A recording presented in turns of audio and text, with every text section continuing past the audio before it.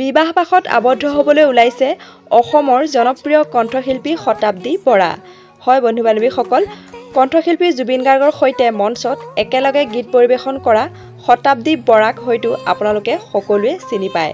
কণ্ঠশিল্পীগৰাকীয়ে যুগ্ম জীৱনৰ পাতনি মেলিব ওলাইছে। ইতিমধ্যে তেখেতৰ জোৰোণ আৰু মেহেন্দী অনুষ্ঠান সম্পূৰ্ণ হৈ গৈছে। কণ্ঠশিল্পীগৰাকীয়ে তেওঁ নিজৰ ছ'চিয়েল মিডিয়াত শ্বেয়াৰ কৰিছে জোৰোণ আৰু মেহেন্দীৰ কিছু সুন্দৰ সুন্দৰ মুহূৰ্ত, কেইখনমান মৰম লগা ফটো। আহকচোন চাওঁ।